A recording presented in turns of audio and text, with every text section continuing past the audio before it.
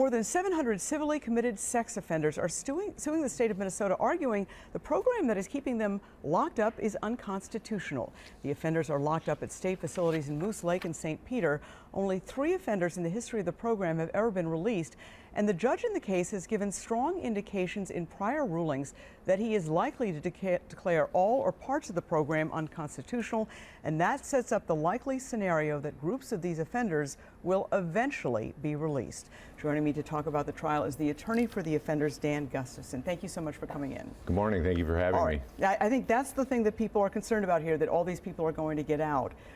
Is it accurate that people are going to eventually be released if, in fact, you win this? Well, I think it's a big misconception that this lawsuit is about opening the doors and letting out hundreds of sex offenders.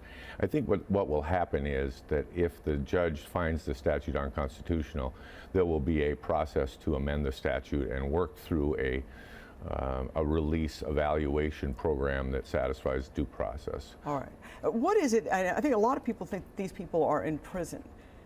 What are these people? Where are they exactly? Well, I think that's another misconception, Esme, is that these people have been sentenced to prison at Moose Lake. This is people who have finished their prison sentences, who have been committed. So they've done their time. They've all completed their prison sentences, and so they've been committed as mentally ill sex offenders.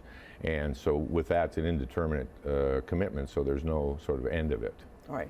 I haven't talked to any legal expert who thinks that your side is not going to win. I mean, people think that the state is going to go down here.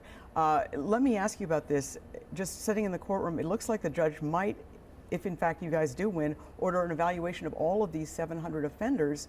Do you think that's going to happen? And if so, how much is that going to cost taxpayers? Well, I think that that's one of the claims, or one of the things that we seek in relief, is the evaluation of everyone who is civilly committed now, because we think there are many people who could be treated in a less secure facility, in community placements and things like that.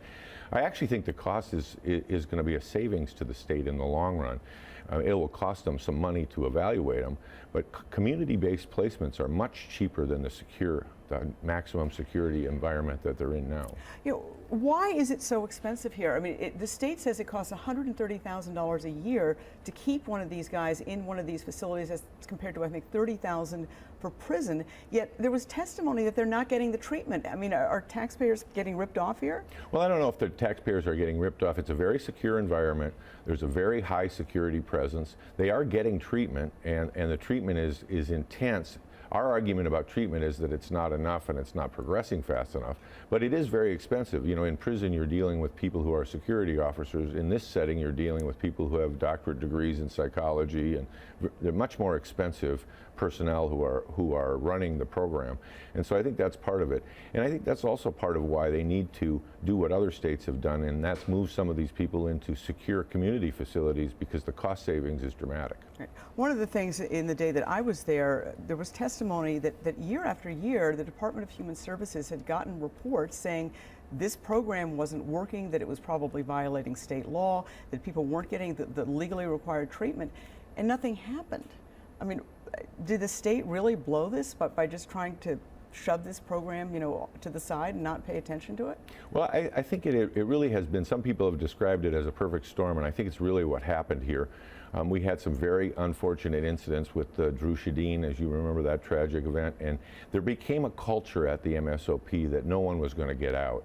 And as the result of that, and in combination with the lack of the protections that the statute has, there's not these annual reviews, there's not these mandatory petitioning processes. Because of all of those things, there's become this culture that nobody gets out.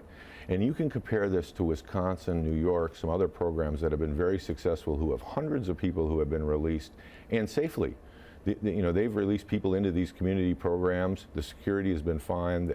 The number of reoffense has been very low, and they're saving money, and they're operating a program that satisfies the Constitution. All right. Well, Dan Gustafson, we will continue to cover the trial. Thank you so much for coming in. Thank you for having me.